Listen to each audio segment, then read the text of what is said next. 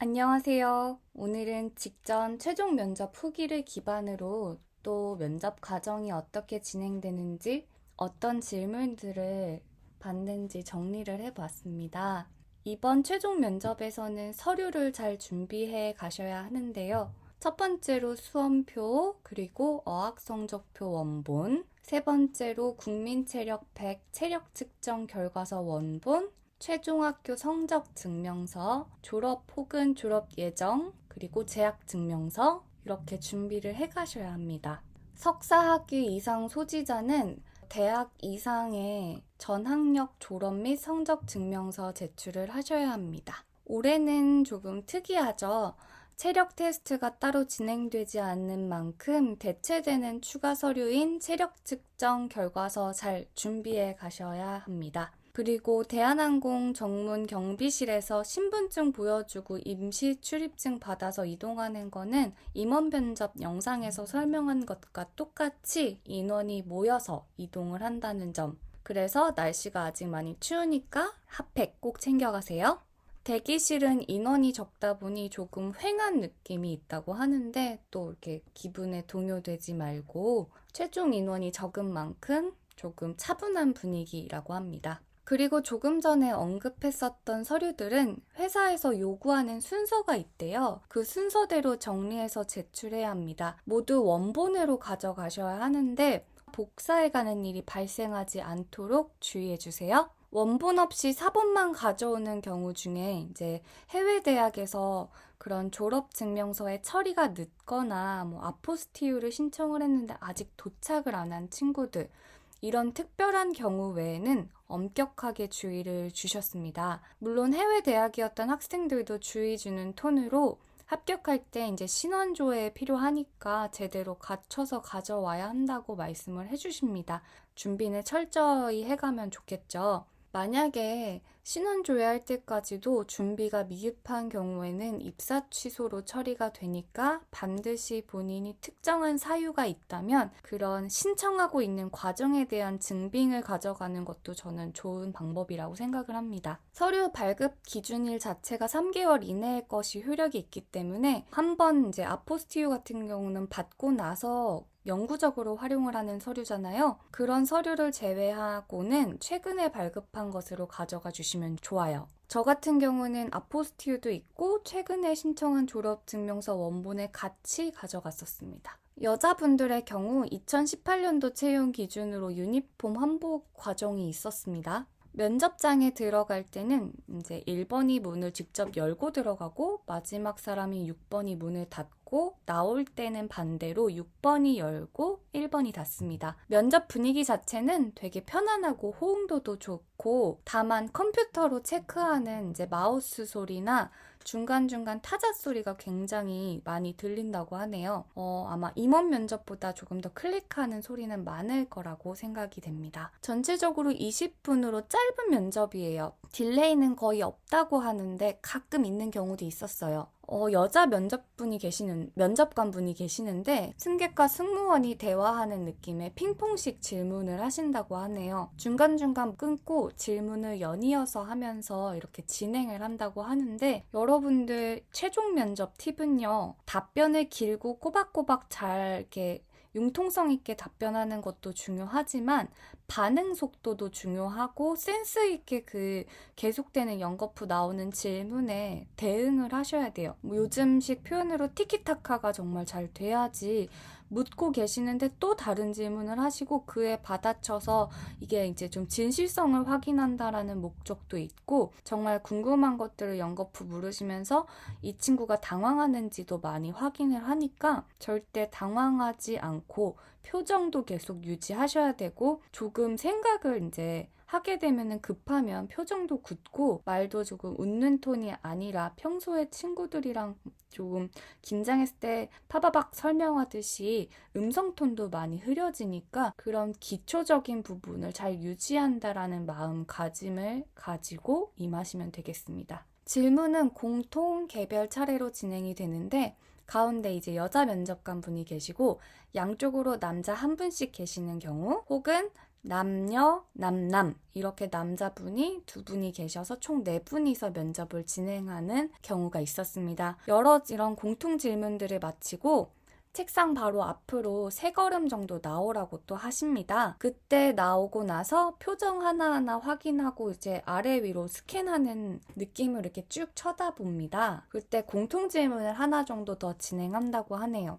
그때 이제 여자분께서 승무원과 승객의 거리가 이 정도 되는데 손님의 입장에서 여러분을 만나보고 싶어서 앞으로 나오라고 했습니다. 라고 설명을 해주기도 하고 안 해주시기도 합니다. 그리고 인사를 하고 퇴실을 하는 게 최종 면접입니다. 정말 간단하고 짧게 끝나요. 절대적으로 주의하셔야 할 점은 자기소개나 지원 동기를 시키시는데 20초 내외로 짧고 임팩트 있게 해달라고 말씀을 많이 하세요. 그렇게 유도를 하시고 진행해달라고 요구를 하시면 여러분들은 딱 듣고 요점만 전달할 수 있는 정도 길이의 자기소개나 지원 동기를 해주시면 됩니다. 그래서 짧은 버전은 좀 여러 가지 준비해 가는 것도 좋은 방법이 되겠습니다. 질문 같은 경우는 제가 전체적으로 정리해서 한번 블로그에 올려놓을 거기는 한데 본인을 어필하라도 있었어요. 그러니까 뭐 자기소개인데 자기소개보다 조금 더 간결하고 임팩트 있게 설명하라는 요구가 좀 많았고 대부분 이력서 기반으로 질문을 하십니다. 그리고 좀 어려웠던 질문 중에 하나는 승무원이 출근하는 업무를 아는 대로 설명해봐라. 그러니까 출근해서 하는 뭐 브리핑이라든지 버스를 타고 이동한다든지 노선을 확인한다든지 아마 브리핑을 많이들 얘기해서 정답이래.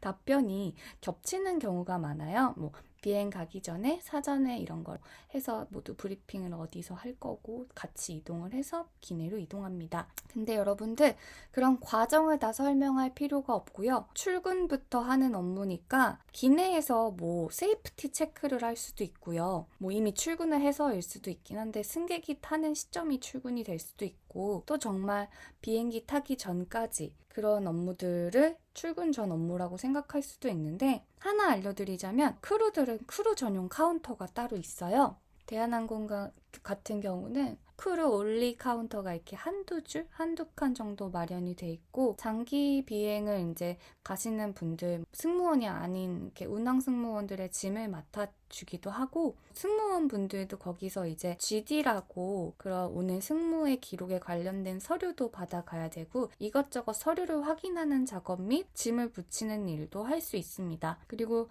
간단히 여객부에서 전달되는 사항도 먼저 인포 받고 나서 이동을 하고 또 나중에 이제 업데이트된 거를 다시 전달해 주시기 때문에 소통 과정이 많다라는 거를 알고 뭐 소통을 키워드로 하셔도 되고 직전 준비를 키워드로 하셔도 되고 그래서 준비라는 거는 너무 과정이 많기 때문에 본인이 어떤 업무에 어떤 식으로 집중을 할 것인지를 조금 상상을 한번 해보시고 답변을 만들어가는 것도 좋습니다. 뭐 잘 모르시는 분들은 인터넷에 승무원들 출근 전에 하는 업무 너무 찾아봐도 잘 나와 있습니다. 저는 사실 카운터 맨날 들려서 GD 받고 비행일지 받은 다음에 그러고 나서 기내로 조인해서 브리핑을 이제 기내 브리핑도 있거든요.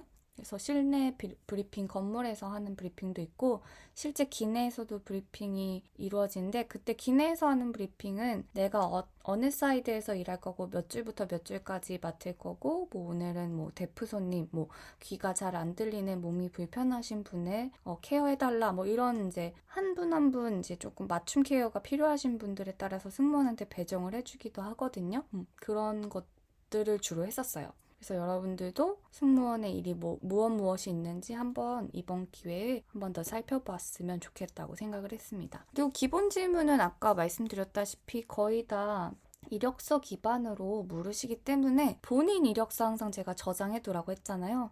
그 저장된 이력서 기준으로 한번 본인이 스스로 질문을 만들어 보는 것도 좋아요. 내가 이런 말을 했다. 뭐 9살 때부터 10년간 악기를 다뤘다고 썼으면 그 악기에 대한 그런 뭐랄까 질문이 어떤 게 나올까? 어느 곳에서 연주를 했는가?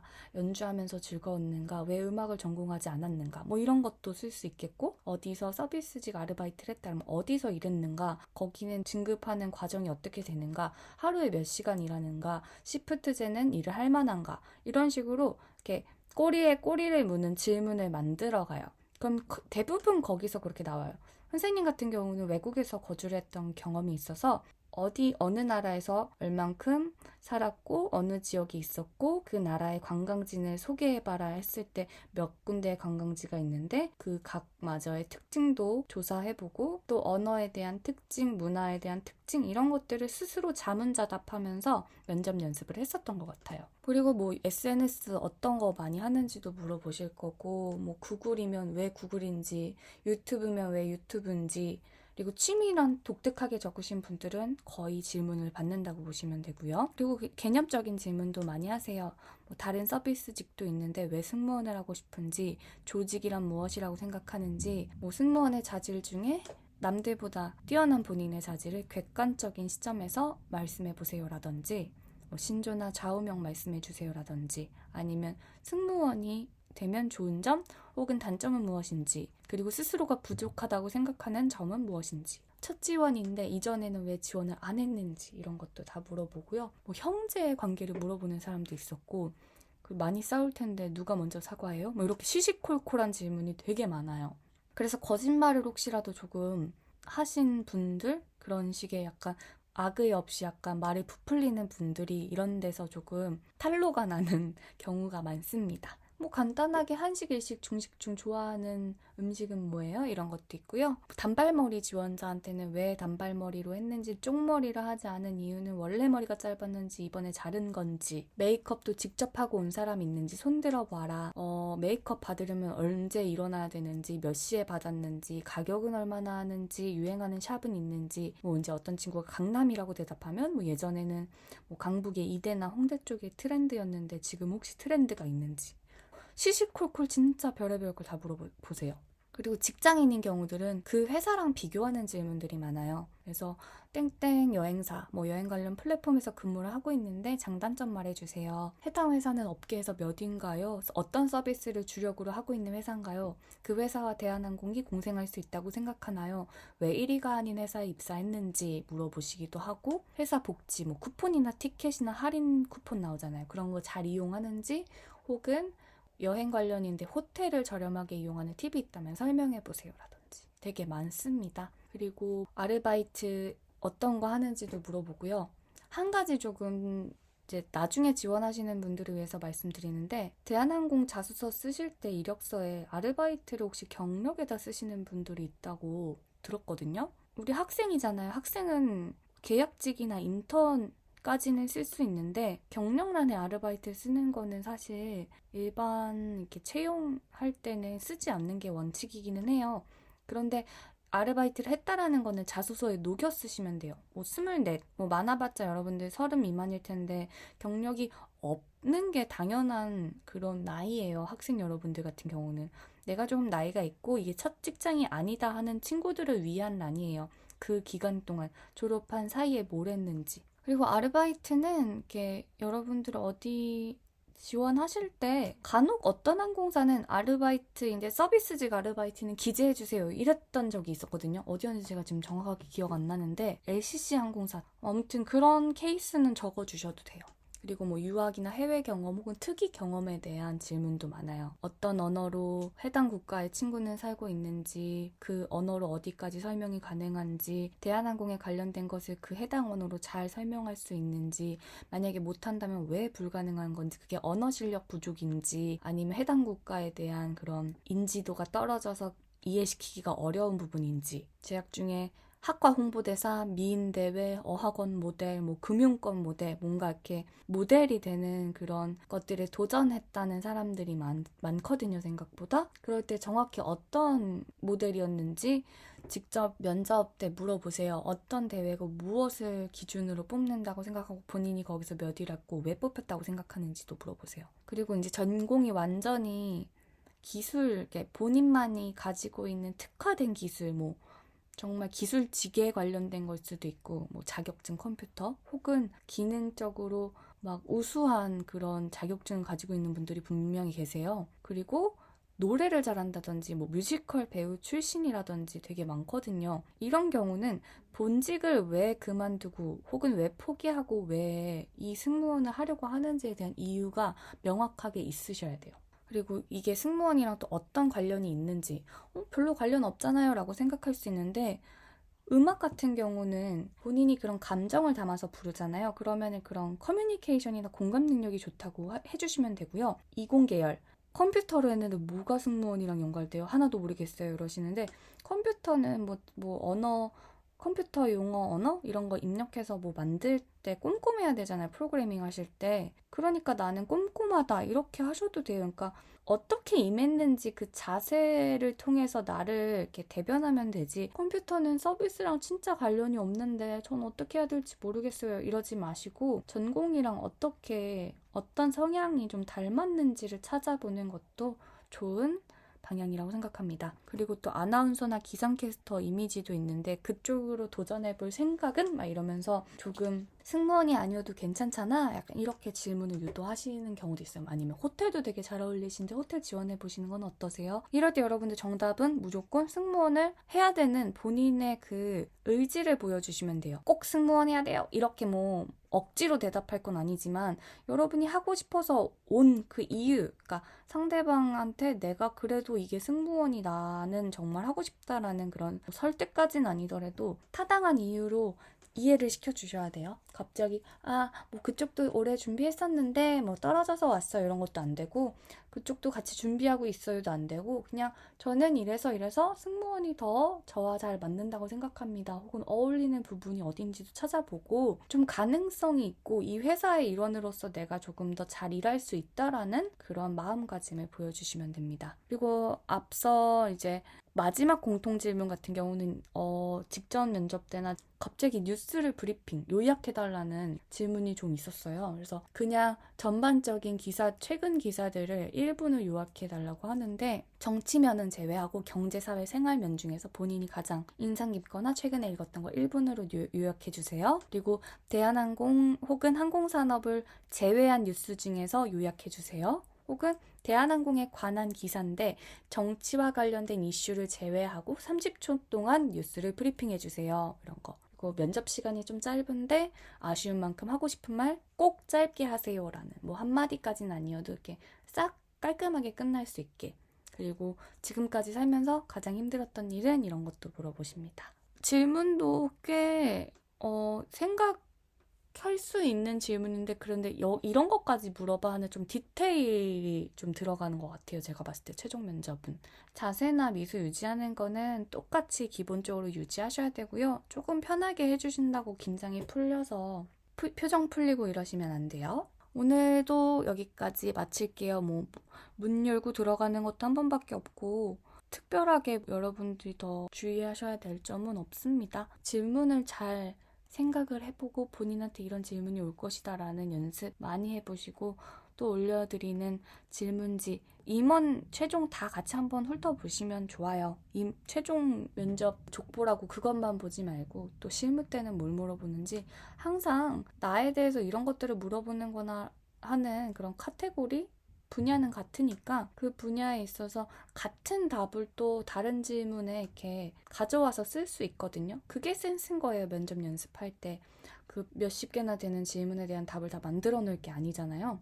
그래서 돌려막기라고 이제 전문 용어로 말하는데 돌려막을 수 있는 질문에 대한 답은 여러분들이 세이브, 킵을 해두고 계셨다가 마무리 멘트를 조금 이제 본 질문에 맞게끔 정리해서 이렇게 말씀을 해주시면 될 것 같아요. 마지막 면접도 화이팅 하시고 저는 오늘 이만 마치도록 하겠습니다.